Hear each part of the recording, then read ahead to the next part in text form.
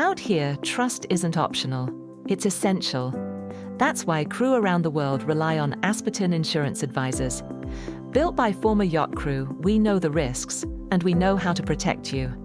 Medical emergencies, mental health, active lifestyles. We've got you covered 24/7. Discreet support, personal service, global reach. Asperton Insurance Advisors, designed for life at sea. Visit asperton.com today. Welcome to your 5 minutes of self-care, which will definitely not be 5 minutes today. So today I have a lovely lady here, Alicia. So I'm very happy that you could be kids and that we are here in Monaco. Yes, back in Monaco. We're going to talk to you about communications. Marvelous. Thank you, Geraldine. Jeez, so much. Thank you. Thank you. Thank you. So Alicia, we have known each other from my previous job. And Alicia was one of our communications coaches, and you coached us on how to speak in public presentations. Now, before we start diving into your work, can you please share with us your personal journey and how did you get to become communications coach? Thank you, Geraldine. Yes. Well, I was a lawyer before in my other life when I was in England, and I would travel back and forth to the south of France when I met my beloved. And when I was here, I would do everything other than the law, which isn't that I behaved illegally or unlawfully, but I would do everything other than the law. So I had my own events business, absolutely Monte Carlo. I worked on events as well, like the Lawyers Board Sports Awards, and I traveled the world with them. And I had an internet TV show, Ask Alicia, and that dealt with issues and how they impact on the family. And I also had my own radio show. So when I moved here full time, I taught one class of undergrads public speaking and presentation skills at the International University of Monaco. And that grew to several classes of undergrads and also master students and MBA students. And I was the MC for TEDx Monte Carlo. And so I project lead TEDx Youth at the International School of Monaco. And I teach there, and I teach the student speakers for that TEDx Youth event. And also I then developed teaching businesses, corporations, associations, and individuals. So it just grew and grew. And it was my natural path in a way. I found exactly what I love to do. So now looking at back, I know we have a self-care on board podcast here. Why is communication so important for self-care? So was there any time in your career that you struggled with communications? I certainly struggled with confidence when I was a lawyer. I started my law practice without any formal training because I joined a firm where the head of the practice was the only other lawyer in the firm. So I was really thrown in at the deep end that I had to do all aspects of law. And I always felt that I didn't know my stuff as a result. And I really felt undermined and that I didn't know all aspects of the book. And so it was only by doing all the other things that I did, that I mentioned earlier, that taught me that I could do things and that I was resilient and that I was capable. And so that gave me the confidence to then move into the field that I am now. So looking back at this approach, now you're helping others to communicate. Now, when you're on board a yacht, for instance, in charter season, communication is key. And it's a high-stress environment. And you're pretty much stuck on board of a yacht. And you don't know for how long. Yes. And you may also go work if it's to 17, 18 hours a day. Yes. Yes. Depends really on the client, depends on the owners. And why would you think that communication skills is absolutely critical? I think that it's essential because, as you just said, you are in a high stress environment. You've got sleep deprivation. You have got areas where you are intensely being demanded upon. So it's essential in that environment that it's communication is a survival skill. It's not just a soft skill, and it's going to enhance safety. It's going to promote teamwork, and it will sustain the crew's mental well-being as well, and then mental health.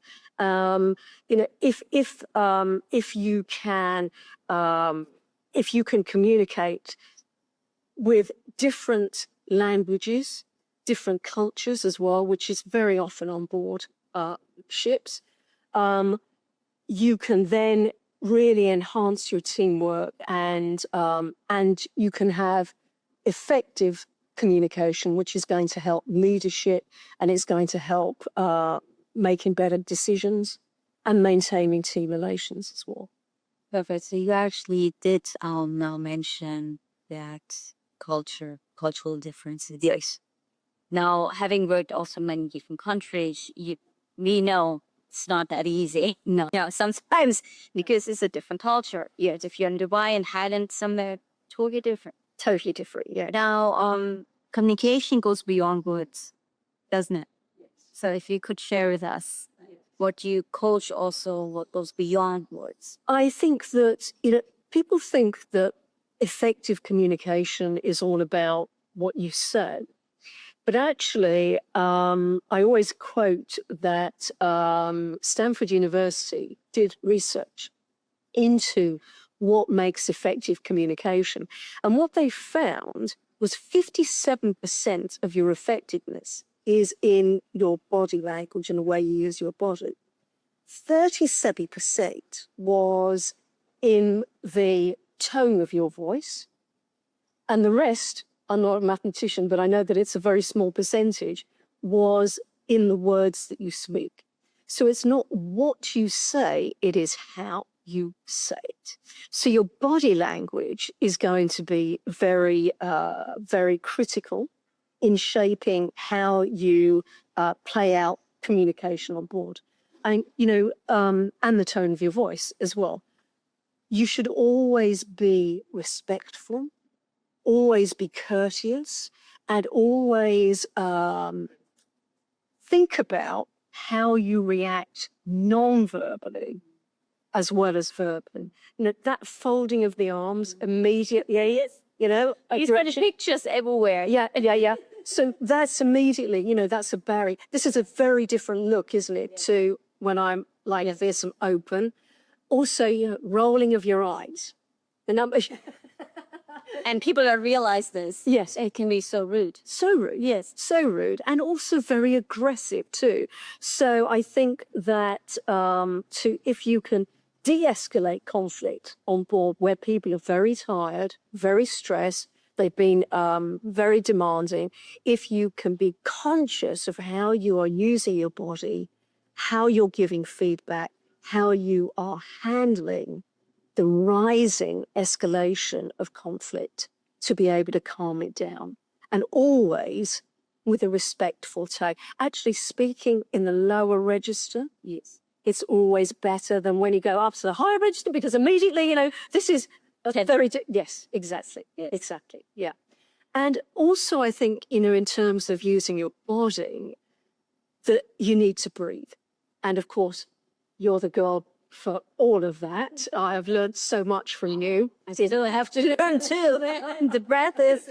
Well, yes, it's a learning process, isn't it? And I think that's the same actually with communication. So to be able to step into your... you will recall when I was coaching you and the rest of the team in your previous life, that it was about stepping into your power and your power pose, which is legs hip width apart, feet firmly on the ground, shoulders back and down. And you are then breathing from the diaphragm, doing the opposite of what you would expect when you breathe in. You're inflating that balloon in your stomach, and then you deflate it when you breathe out. So you need to step into that power pose, even when you're seated, feet firmly on the ground, shoulders back and down, legs are hip width apart. And hands, if you have a tendency to overuse your hands, notice when I'm doing this now, you're not listening to me because it is a distraction. So yes, you can use your hands, but use them sparingly and with purpose. And always it's an upward and outward movement from the waist. And breathe. So I say to my students and clients to breathe in and out 3 times. And on the 3rd breath out, think of your happy place. Yes, I remember that. Yes. Oh, so where's your happy place, Geraldine? Thai. I am missing my island. I'm missing my island. I miss my gym. Really good crowd with energy with this. Lovely. Okay, so when you do that exercise, when you breathe out on the 3rd breath out, you're going to think of smiling. And immediately we're doing what you're doing now, smiling. I'm smiling. And you relax. So I would say to anyone listening today, do step into your power pose, keep the movement minimal Yes. with purpose, and breathe. And do that breathing exercise 3 times in and out, 3rd breath out. Think of your happy place because it will relax you, it will calm you, and it will really be very effective in terms of then how you are communicating yourself and how you're feeling yourself too. So we have this also in Tai Chi, Qigong, actually half off into this is stand. It's the grounding, coming from the grounding. But yeah, the diaphragm, how many people are reverse breathers? You don't know how to breathe here. And it is. So how did you learn to get your voice? How did you? I think that for me, it was all about building on the experiences of changing. Change. Yes. I wrote my first book, Communicating Through Change, and it talks about the experiences of change in my life, what I learned from those experiences, and to give people communication techniques to communicate through the same or similar experiences of change. And I think that in writing that book and expressing all that I had learned, it helped me to really find my voice and to speak up, and also to do what I feel is my purpose in life, which is to help people. And so to be able to express myself so that they could express themselves. Yeah. And very, very important, in communication, you have to be self-aware. Yes. You've got to know who you are and what's important to you and what are your values so that you can then speak up for yourself within those values, within your goals, within yourself. Yeah. And that way, creating boundaries too. Absolutely. So actually coming to the hidden consequences. This is if you are not communicating, expressing hard handles or feelings, you have what's like this experience. What are these consequences? Well, the problem is that it's going to come out somewhere. And so even though you're holding it within, it's going to come out. It has to come out. So it's either going to come out that you're going to be ill, Yeah. or it's going to come out in aggression, it's going to come out in conflict, and it's going to come out in a very, very stressed way, because it's going to create stress. So it's like a ticking time bomb. So don't hold it in. It's got to come out, but find your moment to express it. Don't react. Take your time, breathe again, pause, and take your moment when you feel that you can express it. And the best way, I think, too, is to actually verbalize it for yourself, how you're feeling. So I feel, for example, that nobody listens to me because they interrupt me when I speak. So once you verbalize how you feel, I feel this way, it's going to help you to then realize what is the issue and help you then to actually express it.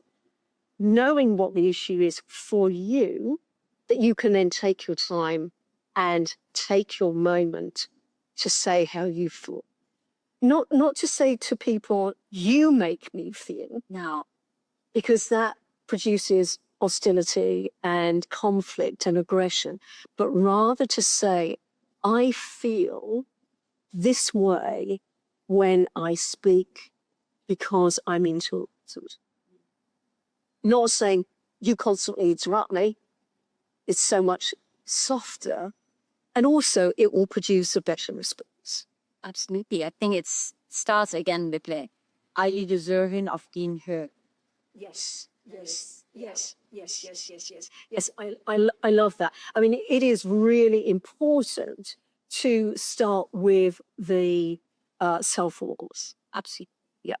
So now coming back, unfortunately, we had these events on board of yachts, and now the reason being why I invited you also to his podcast is because self-care means that you are understanding also how you can communicate effectively, but from the part of authenticity. Yes. And how can communication actually protect us when we get stressed, bullied, or emotionally, physically, or mentally abused? Yes. I think that it's really important that, again, we start with ourselves. We start with I statements because they're less confrontational and they're more likely to be heard. I feel disrespected when I'm spoken to in that way. So addressing it in that way. As I mentioned just now, choosing the right time and space. And I think using written communication for me as well, because that helps you to organize your thoughts and to may feel safer than speaking at first. Yeah. So yes, I think all of those ways to be able to speak up. Yeah. Absolutely. So it's actually finding your safe space at that very moment. Yes. Yeah. And I think as well that you've got to be able to speak with clarity, Yes. speak clearly, and say exactly what you mean, but always with courtesy and respect. Yes. This is something really important. Yeah. I mean, like I was brought up Asian way, and we have a different set of values and respect towards our elderly. And it's sometimes I see that not necessarily these days. And even pop culture, yes, the respect that do not overstep the boundaries of someone else. Really respect their privacy, their private life, their private space, and also what is none of your business. Yes. Yes. But you have to be very clear on what your boundaries are, and you've got to set those boundaries, and you've got to be consistent. And you've got to start by speaking up in low risk situations, and then you can build it up to bigger issues. And I think always, to step into your power, as we said earlier, and really visualize always your conversations going in a way that you want to go. Yes. I do think, yes, It's not a temptation. yes. Yeah, well, it is, and it's very important, isn't it? So I think being able to visualize the conversation going well, picture yourself speaking calmly, and have your mantras as well. I do believe in affirmations, in communicating through change. I have affirmations I also do in my second being. So hear the words that you want to say. Use a mantra like, I deserve to be heard, or I speak with clarity. And saying that, visualizing yourself then speaking with clarity and being heard, it's going to help you. And also visualizing that, also feeling it.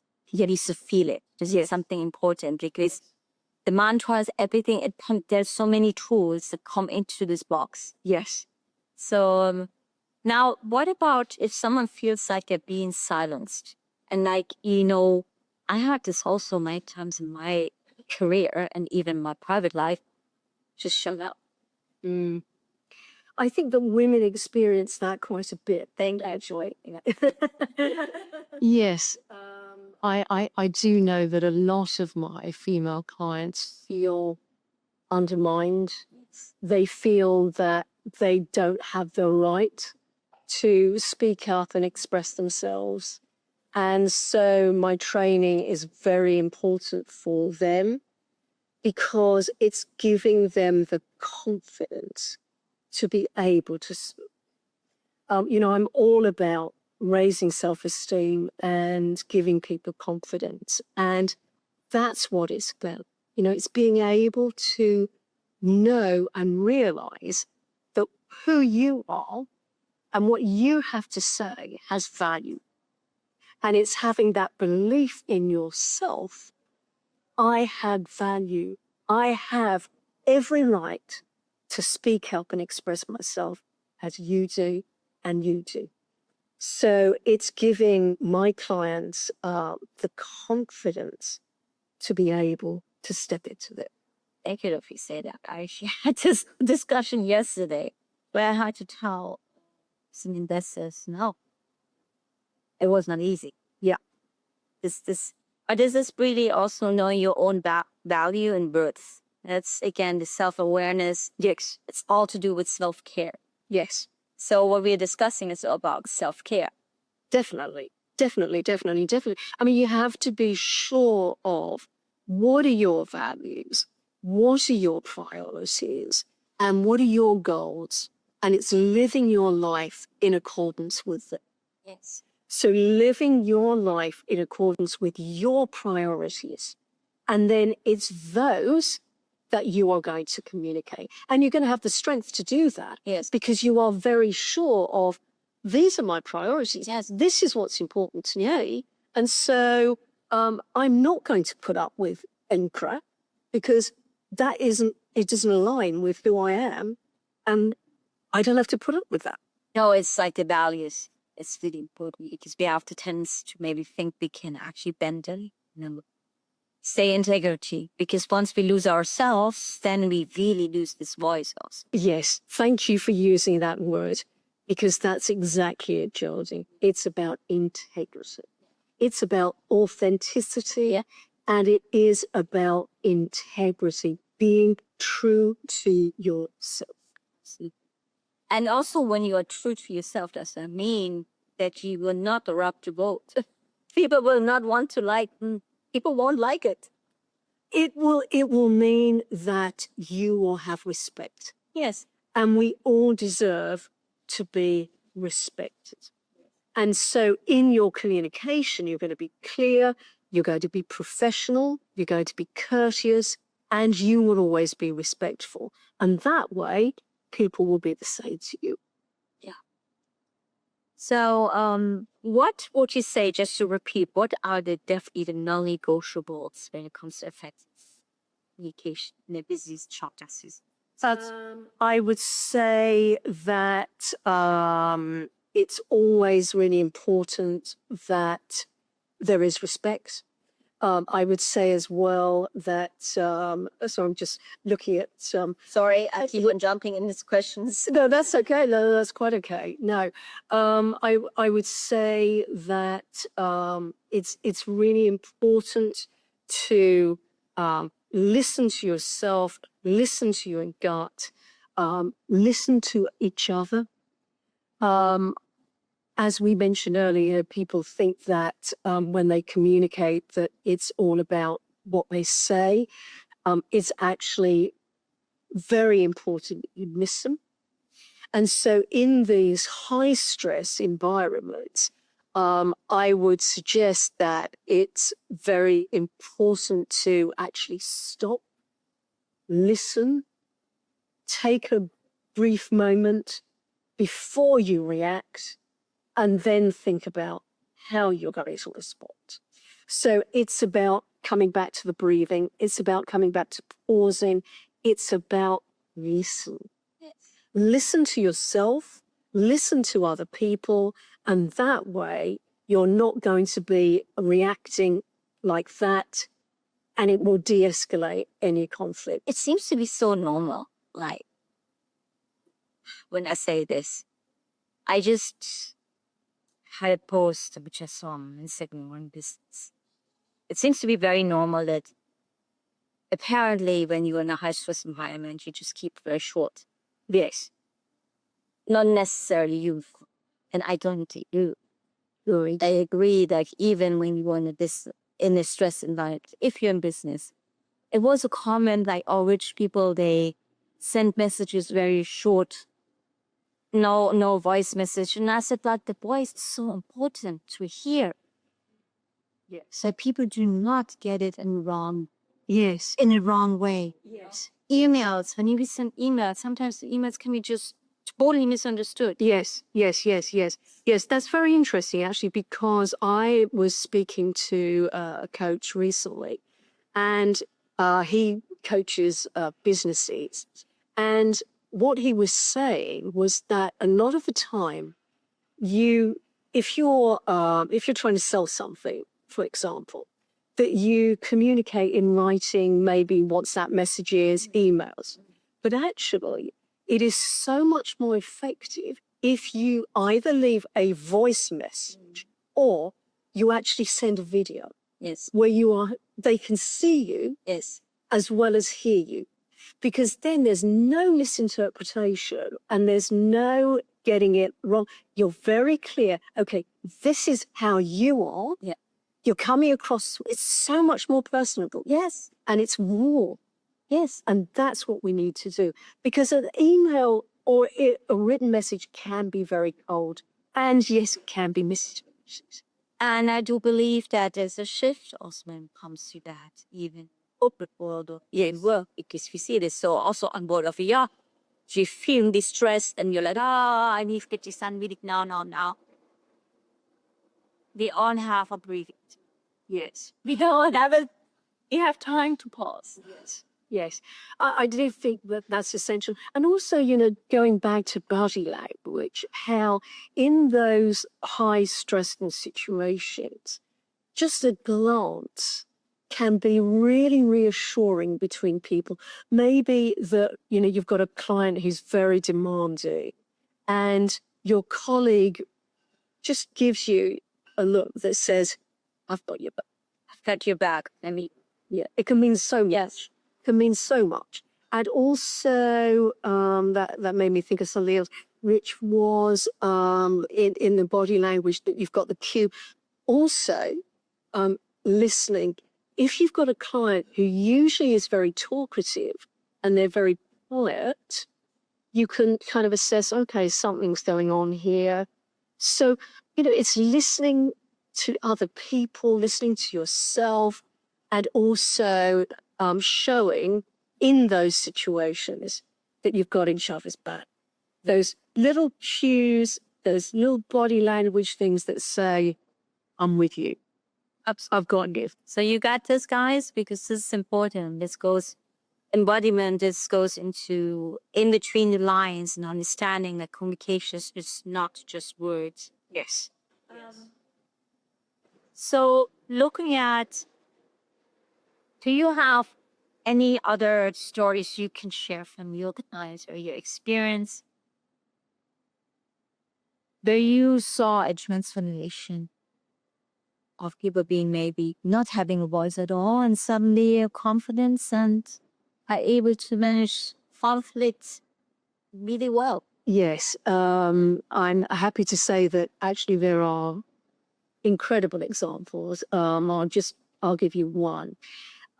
This was one of my most recent clients, and she was transformed in her speaking because it was from a place of being traumatized about her present deficiencies, because she had adverse reactions in the past to the presentation. And so after my coaching with her, we completely changed the content. We changed her delivery style. And the result was that when she gave the presentation, she had 45 minutes of Q&A after, because people were so engaged and involved and wanted to know more about the program that she was speaking about and offering to them. So that was an incredible transformation. And actually, I asked my clients, and you probably remember this, when I start training them, where they stand on the line of confidence and competence. 1 is pouring wheat, 10 is strong and excellent. And in terms of confidence and competence, she started on that line on 2. Oh, wow. And after we just had 7 hours of training, which actually with her, it was online. She is in America. And she went to a 9. Yeah, that was fabulous. It was really Right. It's this is really strategy to your purpose. Oh, yeah. Yeah. Yes. I mean, that was really, that was a most recent one. I can also think I do training with an association in England, which is Micro Nameboat, and they house LGBTQI refugees and asylum seekers. And my training with them is so amazing. It's humbling for me, because these are people who have had to flee their countries because of the abuse there for who they are, their gender, sexuality. And so to coach them to be able to speak up and to express themselves, particularly in their home office interviews, where they have to relive the trauma that they have gone through, and to be able to do that with power, with confidence, whilst at the same time expressing their vulnerabilities. Yes. That's incredibly satisfying. And I think as well that actually what I just said there, to be able to express yourself and your vulnerabilities, but to be able to do that with confidence and strength and know that you can do that. Yes. Vulnerabilities, and this is a key. So also when you are in a close team and a crew, be aware you work in a different work environment than the corporate where you just go home. Not just sleep, same spot. Yes. So it's key that you get to know each other and understand each other, and also his vulnerabilities. Yes, yes. I think, when you're on board, well, actually in any environment, Yes. it's about trust, isn't it? Trust. And to be able to build that trust, you have got to know that you can be true to yourself, that you can be authentic, and then that you can express your vulnerability. Absolutely. Yes. Okay, so we're slowly closing this out now. And if someone feels like they're not heard, they're silenced, they're overwhelmed, and maybe even get the trauma that's triggered. Yes. What would be the first step that you would suggest to family members? I would say come and have training with me, which is essential. But also, I think it's about, as we mentioned earlier, it's about coming back to yourself. Yes. And being able to pause, name what you are feeling, because once you've named it, you are then aware of it, and you will find it easier to express then what is the issue. So I feel overwhelmed. I feel undermined when I am asked to do too much and I cannot cope. So I feel that I can't cope with everything that's being thrown at me. Because once you name it and you voice it, you're then going to be able to act on it so much better. and with so much more clarity. And which means also you guys are not going to lose your crew left, right, and center. Well, that's really important as well. Yeah, because once Yes. you can actually communicate effectively and give them the safe space, Yes. that does not mean that there's a turnover of crew. No, I mean, and I love that too, that you said absolutely, yeah, all over, in anything. It's about creating that space between your emotion and your reaction, because that space is where your voice will start to come back.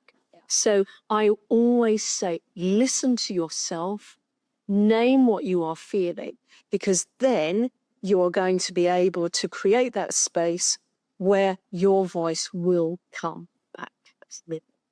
Thank you so much, Alicia. Thank you. Well, that's my pleasure. For those of you who would look into our coaching and training with Alicia, you're based here in Monaco. I am, yeah. Well, I actually live in France, but most of my work is in Monaco. But if you do want to get in touch with me or learn more about my work, please go to my website, which is www.aliciasedgwick.com. That's ALICIA Sedgwick, SEDGWICK.com. I'm also on all social media platforms and LinkedIn as Alicia Sedgwick, communication coach. And my 2 books, Communicating Through Change and Being, are available on Amazon wherever you are in the world. Thank you so much, Geraldine. Thank you. So for the captains and the yacht management companies, maybe it's good for you to have these coaching lessons. So it could be great for the future and also maintaining your crew. Thank you. Okay, so thank you. If your brand belongs in the heart of the yachting world, this is where it happens. Yachting International Radio reaches over 1 million yachting professionals and enthusiasts every month, with 77 million impressions, 220,000 social followers, and 74,000 podcast subscribers. Our hosts are insiders, crew, captains, CEOs, trusted voices shaping the industry. This is targeted, high-impact advertising in a luxury niche. Visit yachtinginternationalradio.com/advertise. Your audience is already listening.